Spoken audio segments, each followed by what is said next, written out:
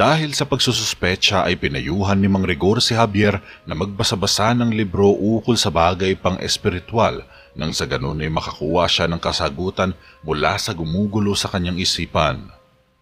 Kaya naman habang abala ang lahat sa arena ay pinag-aralang mabuti ni Javier ang isang libro tungkol sa necromancia o ang pagbuhay muli ng patay sa pamamagitan ng ipinagbabawal na orasyon. Mula sa likod ng screen ay binasa niyang mabuti ang tungkol sa necromancy spell. Inalam niya kung ano ang maidudulot nito sa taong bumangon mula sa mundo ng mga patay. Binuklat niya ang mga pahina na siyang nagpapakita ng isang halimbawa ng balangkas na nakatayo sa isang uri ng spiral matrix o ang tinatawag na spiritual spiral. Dito sa pabilog na hugis na ito na parang isang dimension barrier, isasagawa ang sagradong ritual para hugutin ang isang kaluluwa mula sa mundo ng mga patay. Magkakaiba ang pamamaraan ng mga taong nagsasagawa ng ritual na ito. Kung minsan ay gumagamit sila ng alay upang ipalit sa patay na gustong buhayin. Pero kadalasan kapag isang makapangyarihang mangkukulam ang gumawa nito ay hindi na niya kailangan ng anumang alay. Isang malakas na spell na lang ang bibigkasin niya upang mahugot ang isang patay na nais niyang kunin. Subalit may masamang epekto ang hatid sa taong binuhay. Kadalasan ay hindi maalala ng bumangon ang mga alaalang nangyari sa nakaraang buhay niya o ang mga dating ginagawa niya noong nabubuhay pa siya. Makakalimutan niya ang ilang alaala sa mga pamilya niya, mahal niya at mga kaibigan niya. Dadaan muna siya sa matinding pagsubok bago bumalik ang alaalang nawala sa kanya o ang pagkakataong nabura sa kanya. Matagal na panahon pa ang hihintayin bago manumbalik ang lahat ng ito. Pero sa kaso ni Gregory ay ginamitan nito ng isang kakaibang spell na tanging si Raya lang ang nakakaalam kung paano ito kokontrolin at ihihinto.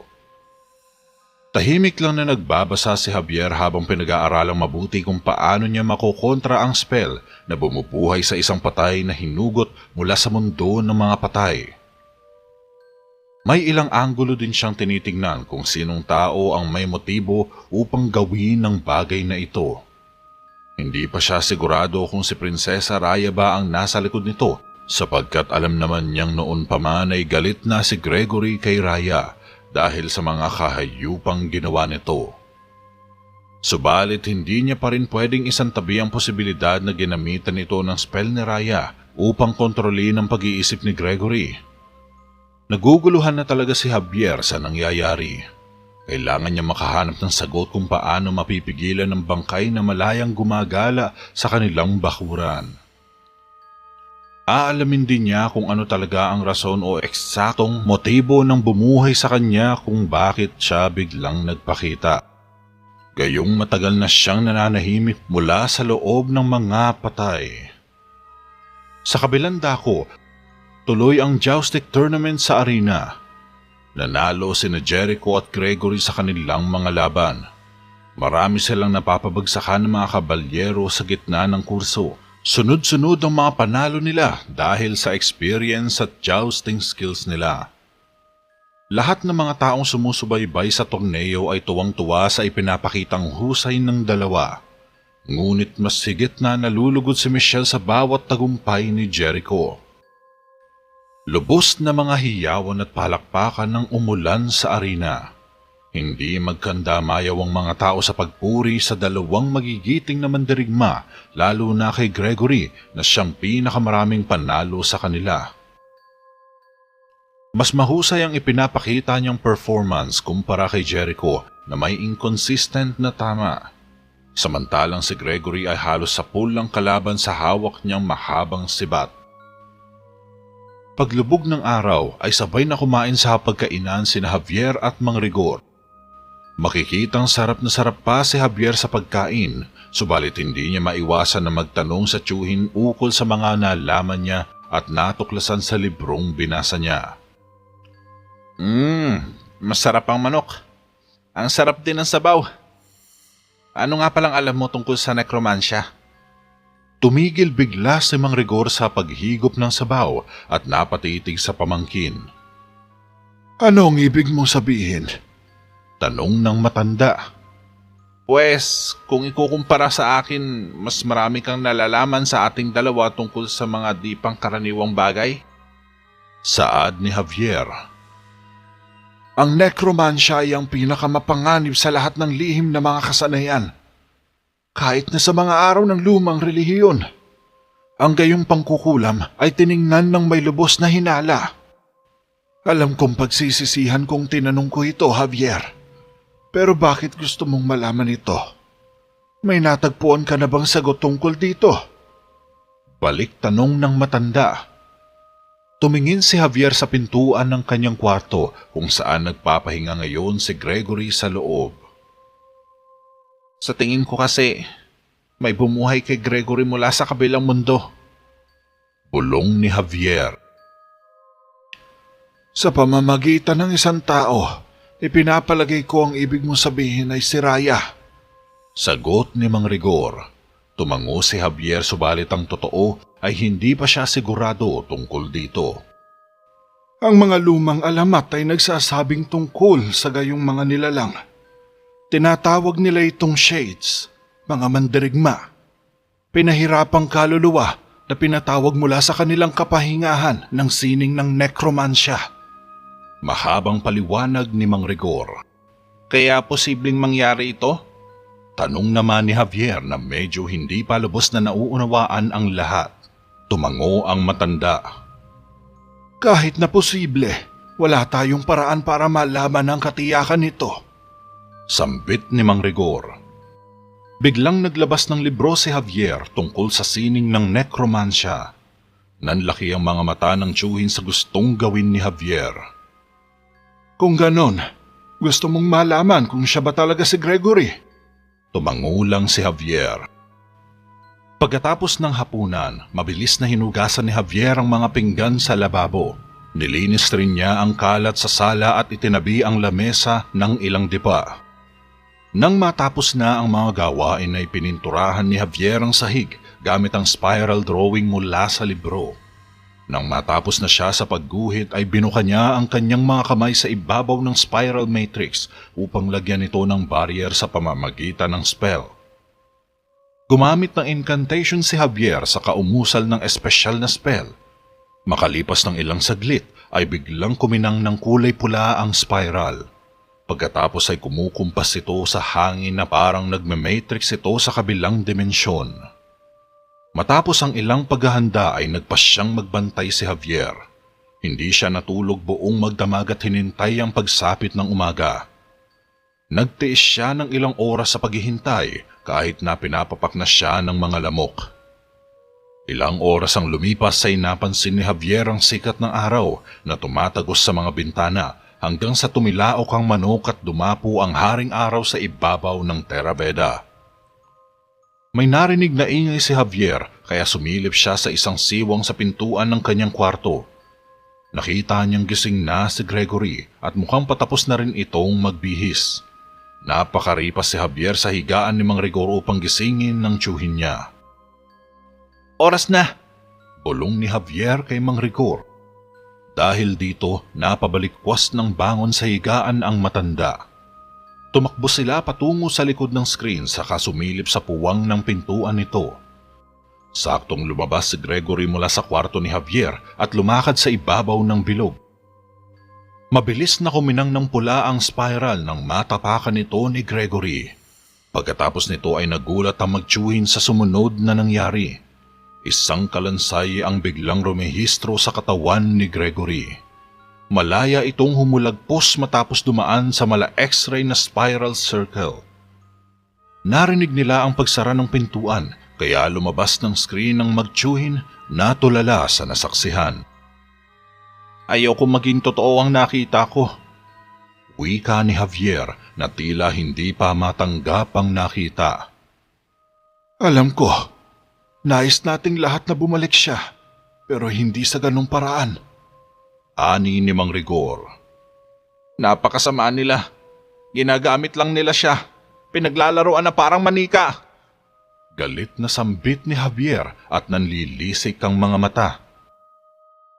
Ngayon, alam na natin ang lalaking ito ay anino ng kanyang dating sarili. Isang anino na may masamang hangarin. Saad ni Mang Rigor. Sa tingin mo ba ibig niyang saktan si Jericho? Yun ba ang motibo niya kung bakit siya naparito? Naguguluhang tanong ni Javier. Hindi ko rin alam. Pero kung ano man ang dahilan niya kung bakit siya nandito, tiyak na hindi yun maganda. Tugon naman ni Mang Rigor. Bahagyang pinasadahan ng tingin ng pamangkin na halatang sari-saring emosyon na ang gumugulo sa isipan.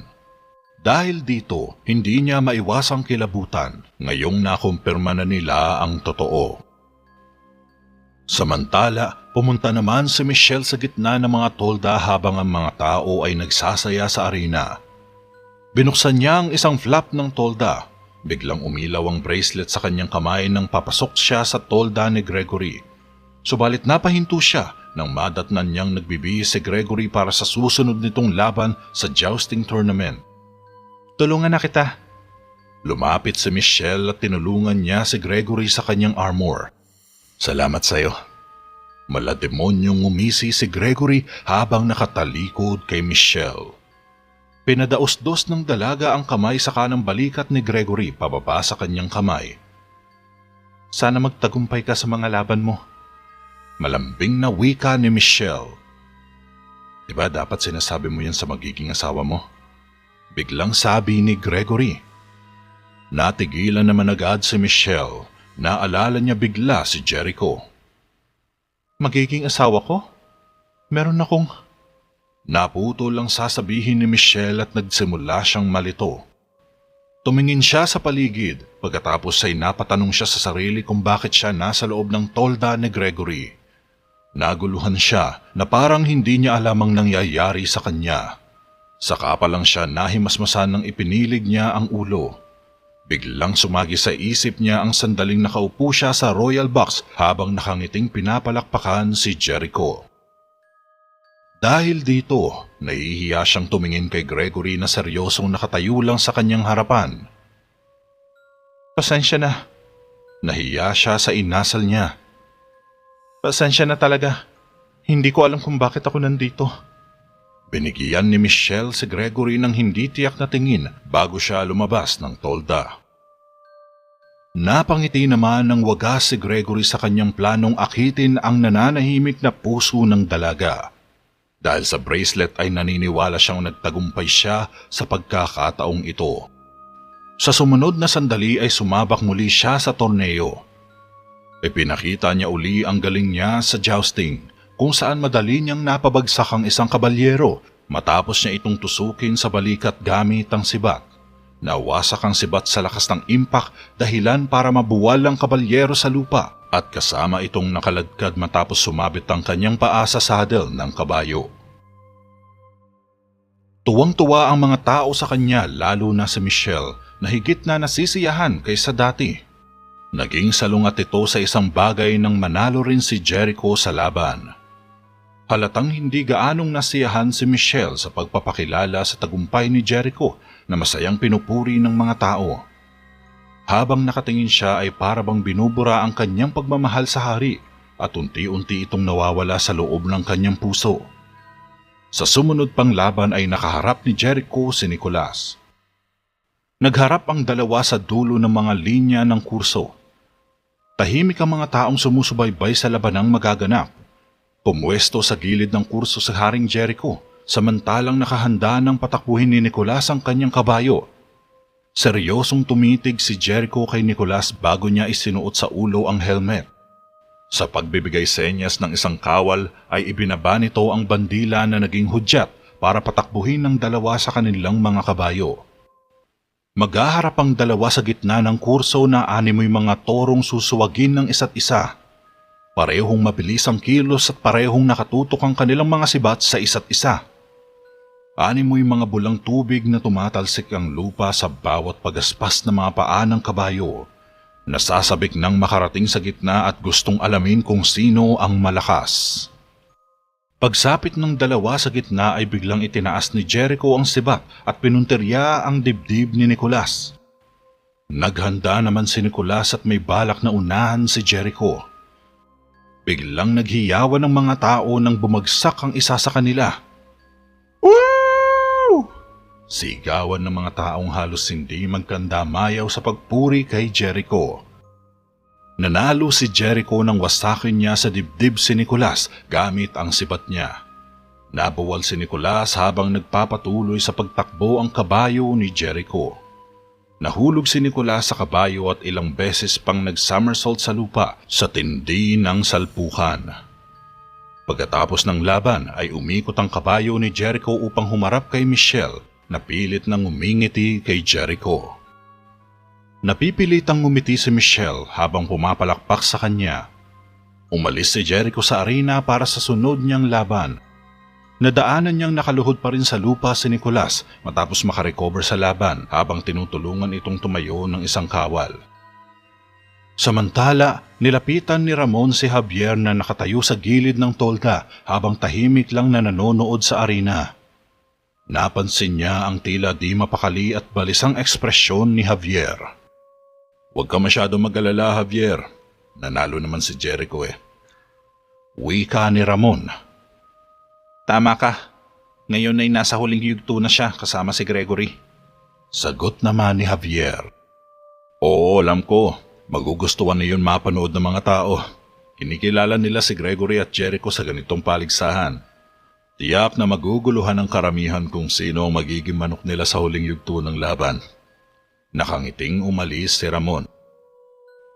Ngunit tahimik pa rin si Javier na halatang may gumugulo sa isip. Ngayon niya na malalaman kung ano ba talaga ang motibo ni Gregory sa pagbabalik rito. Gusto ba niyang patayin si Jericho o may iba pa siyang balak? Ilang minuto na lang ay magsisimula na ang laban kaya todo ang pagbabantay ni Javier sa mangyayari.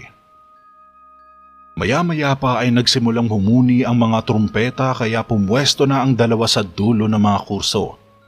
Parehong seryoso ang tinginan at parehong nakahanda ang mga sarili. Pinagmasdan naman ni Aragon si Michelle na mukhang tensyonado sa laban. "Dapat handa ka, Javier. Maaaring kailanganin ng iyong mahika sa laban na ito." Sambit ni Mang Rigor nang lumapit siya sa pamangkin. Pareho silang kinakabahan sa mangyayari. Maging sila ay hindi rin sigurado sa magiging resulta ng laban. Nagsimulang magpalakpakan ng mga tao nang itinaas ng isang kawal na nakatayo sa gitna ng kurso ang pulang bandila na may marka ng gintong dragon. Ilang saglit pa ay ibinabana ng kawal ang bandila upang simulan ng laban. Nagsimulang tumakbo ang kabayo ni Jericho nang sipain niya ang saddle. Tumakbo ito ng mabilis habang nakatutok ang sibat niya kay Gregory.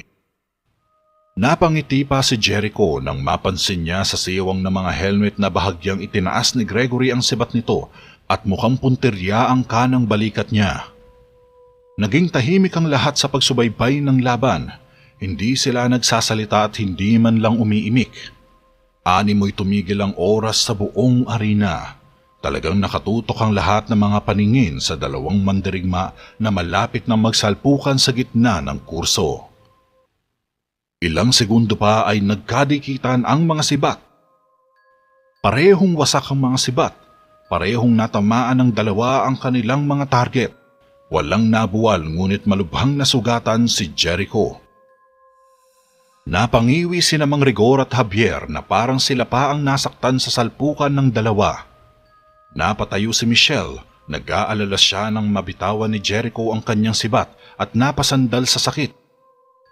Pero sa halip na tumigil ay kinuha niya ang sunod na sibat pagsapit niya sa dulo ng kurso. Mukhang pipilitin niyang tapusin ang laban kahit may iniinda siyang sakit. Dahil dito, lubhang nag-alala si Mang Rigor sa gustong gawin ni Jericho. "Kailangan nang umatras ni Jericho. Wala siya sa estado para magpatuloy." Ani ni Mang Rigor na lubhang nag-aalala sa kalagayan ng hari. Naniniwala siyang kapag pinagpatuloy pa ni Jericho, maaari na itong mapahamak sa susunod. Hindi siya aatras kapag ang kanyang ulo ay nakasabit sa isang sinulid. Matalinhagang sagot ni Javier habang nakatanaw kay Jericho na halos hindi mahawakan ng sibat. Ngunit nanatili pa ring matatag sa kabila ng pinsala sa balikat. Sa hudyat ng kawal ay nagsimula ulit patakbuhin ni Jericho ang kanyang kabayo kahit napagewang-gewang na ito sa gilid ng kurso. Parang lango sa alak at hindi magawang itaas ang bote. Samantalang si Gregory ay relax na relax lang at halatang hindi man lang nasaktan sa salpukan. Subalit ito'y hindi lingid sa kaalaman ni Javier dahil alam niya isa na lamang itong bangkay na muling nabuhay.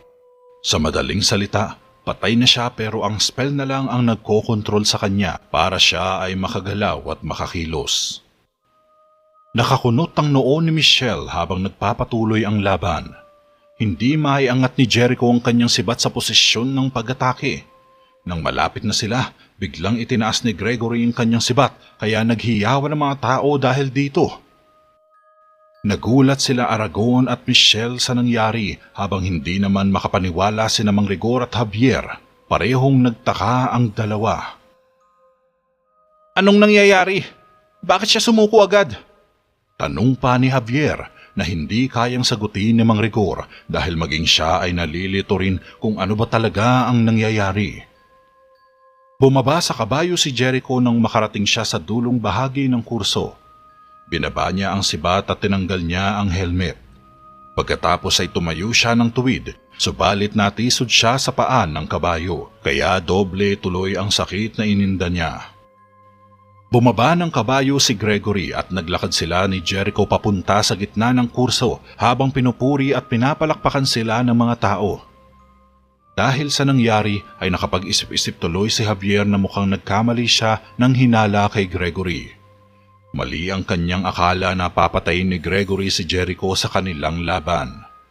Pero gayunpaman, hindi pa rin niya maiwasan na magduda sa mga nangyayari.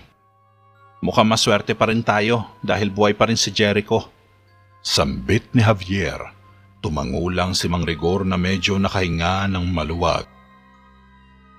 Nagkita sina Jericho at Gregory sa harap ng royal box. Lumuhod saglit si Gregory kay Jericho. Kamahalan. Ani ni Gregory habang nakayuko. Bumangon ka, Gregory. Hindi na kailangan yan. Alam mo, palagi kong iniisip na ikaw ang pinakamarangal sa aking mga kabalyero. Pinatunayan mo lang na tama ko. Salamat sa iyong kagandaang loob. Tumayo si Gregory at magalang na nagbow kay Haring Jericho. Hindi ko malilimutan ang sandaling ito, Gregory. Dagdag ni Jericho, sabay na humarap ang dalawa sa kahon at naghiyawan ang mga tao. Ngumiti si Michelle kay Jericho nang iniyuko niya ang kanyang ulo. Pagkatapos nito ay nagbatian ng braso sina Jericho at Gregory. Aking kamahalan, sabay nagbow si Gregory. Tumango si Jericho at umalis na sila ng field. Kung hindi siya naparito para patayin si Jericho, kung ganun anong sadya niya rito? Biglang tanong ni Mang Rigor kay Javier. Hindi ko rin alam, Tiyo. Naguguluhan na rin ako. Ano ba talaga ang motibo mo, Gregory? Bulong sa isipan ni Javier.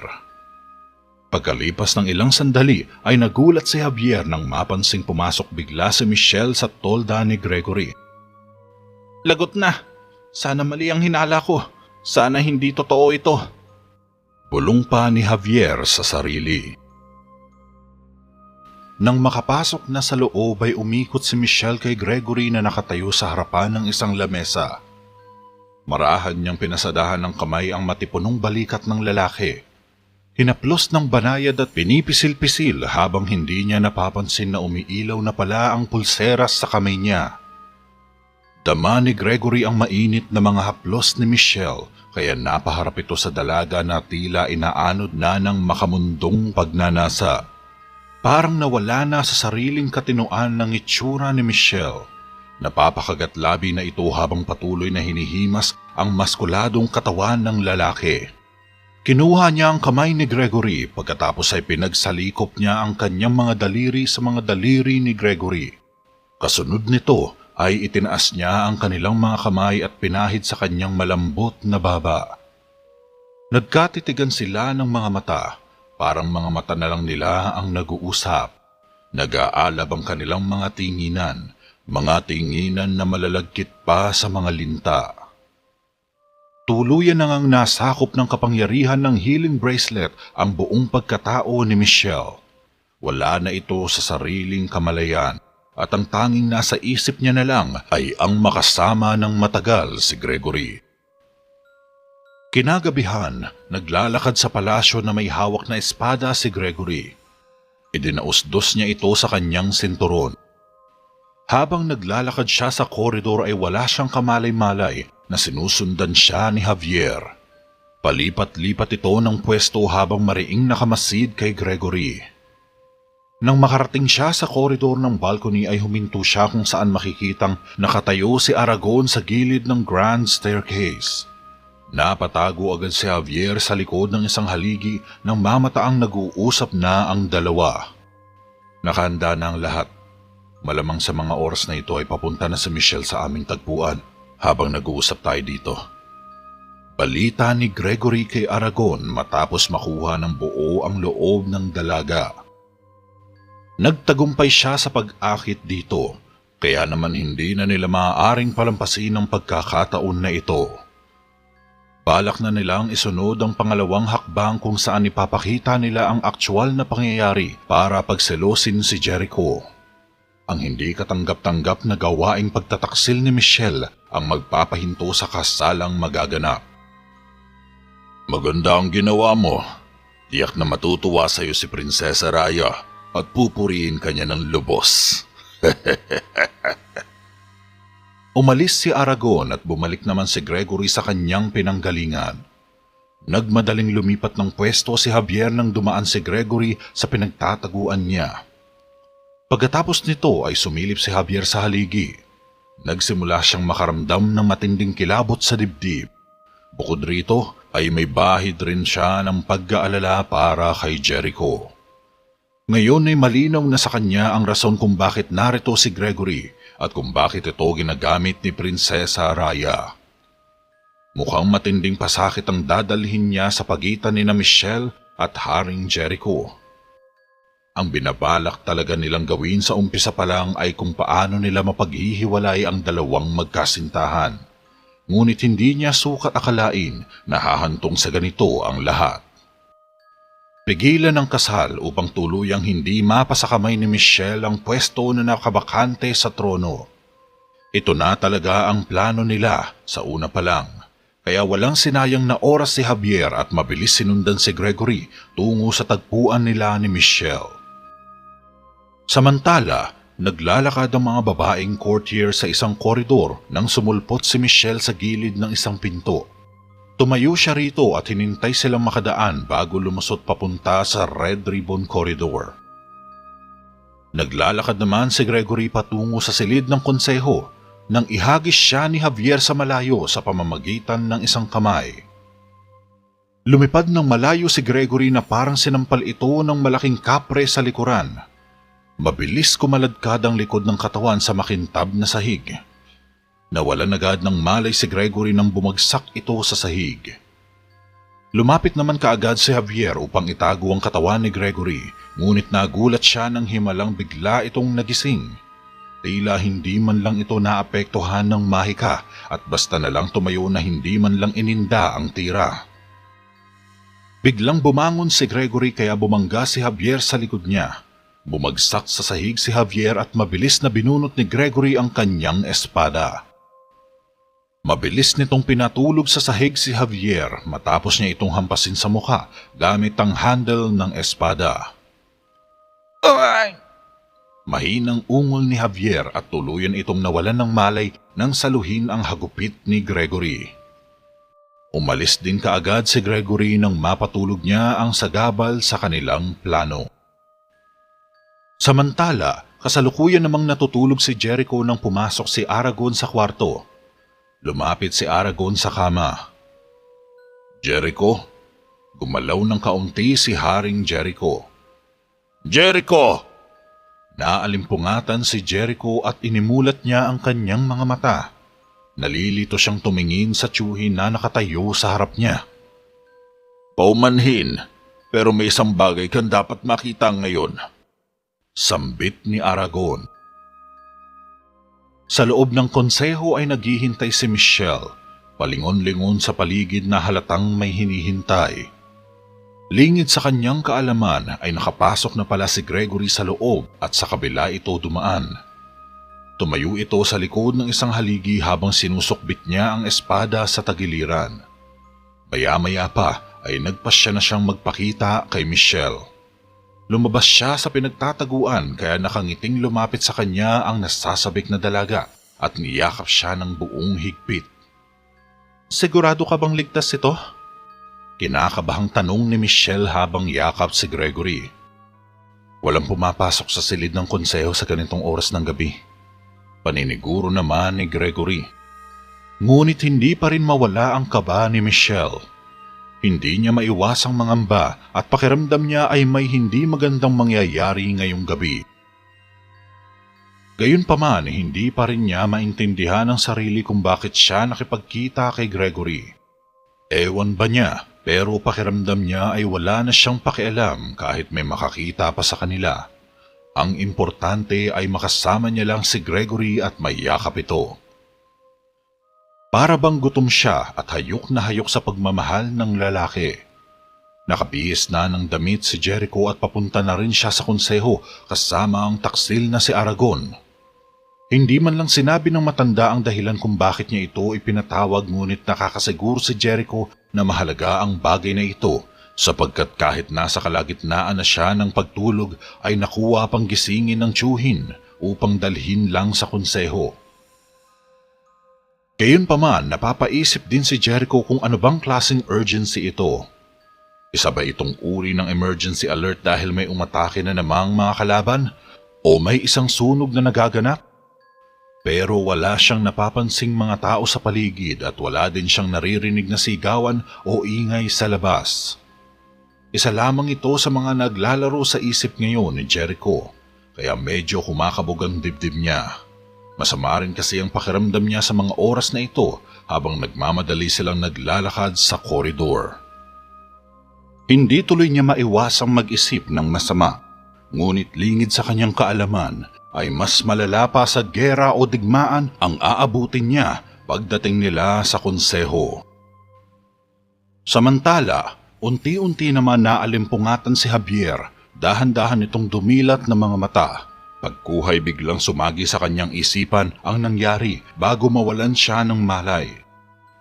Bumangon siya pero napahawak ito sa nananakit na ulo. Sinuri niya kung may dugo ngunit wala siyang makapa. Kaya tumayo siya agad at dali-daling kumaripas papunta sa konseho. Habang tumatakbo ay isa lamang ang nasa isip ni Javier. Kailangan niyang pigilan si Gregory sa kanilang mga binabalak bago pa mahuli ang lahat. Naramdaman ni Michelle ang matikas na dibdib ni Gregory. Napangiti siya kaya walang gatol-gatol ay hinila ang batok ng lalaki para halikan. Dama ni Michelle ang matamis na halik ni Gregory nang gumanti ito sa kanya ng halik, subalit may napansin siyang kakaiba sa lalaki. Habang naglalaplapan sila ay malamig ang mga labing ni Gregory. Para itong popsicle na sa sobrang lamig ay hindi niya na maramdaman ang labi ni Gregory. Napatingin siya sa mga mata ng lalaki at napansin niyang relax lang si Gregory na muwestrang nadadala sa kanilang malahayop na halikan. Bagamat tahimik ay sinisipat ni Gregory ang pintuan habang naghahalikan silang dalawa ng dalaga.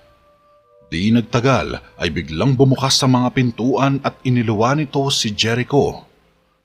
Pumikit si Gregory para ipakita na in-enjoy niya ang labi ng fiancé ng batang hari. Napatingin si Jericho saglit. Hindi niya alam kung ano ang ire-react dahil sa gulat. Para siyang tuod na napako sa likod ng mga pinto. Hindi siya makapagsalita sa nasasaksihan habang nanlalaki ang kanyang mga mata. Pinagmamasdan niya sa sariling mga mata ang laplapan ng dalawa. Saksi mismo ang sarili niya kung paano in-enjoy ng kanyang mapapangasawa ang halikan nila ni Gregory dahil ito pa mismo ang nag-iigaya sa batok ng lalaki para idiin pa sa mga labi niya. Huli na rin nang dumating si Javier. Tumingin siya sa linya ng paningin ni Jericho at nakita niya sina Michelle at Gregory na patuloy sa malahayop na halikan. Bumango ng galit ni Jericho sa dibdib. Binunot niya agad ang espada at mabilis na sumugod para tapusin ang dalawa. Walang hiya! Mga hayop! Hinding-hindi ko kayo mapapatawad! Ah! Malakas na sigaw ni Jericho. Kumalas si Gregory mula kay Michelle at hinugot din ang kanyang espada. Sumugod pa rin si Jericho. Umatake ito subalit sinalubong niya ang cross-counter ni Gregory at nasalagang pag-atake niya. Sinundan nito ng sakmal na sumabit sa leeg ni Gregory. Sinakal niya si Gregory at inangat. Matapos maiangat ay ibinagsak ang katawan ni Gregory sa malaespaltong sahig. Tila si Aragon pa ang napadaing sa sakit ng mayanigang katawan ni Gregory. Tuwang-tuwa ito sa mga nangyayari. Sa wakas ay nagtagumpay din sila sa plano.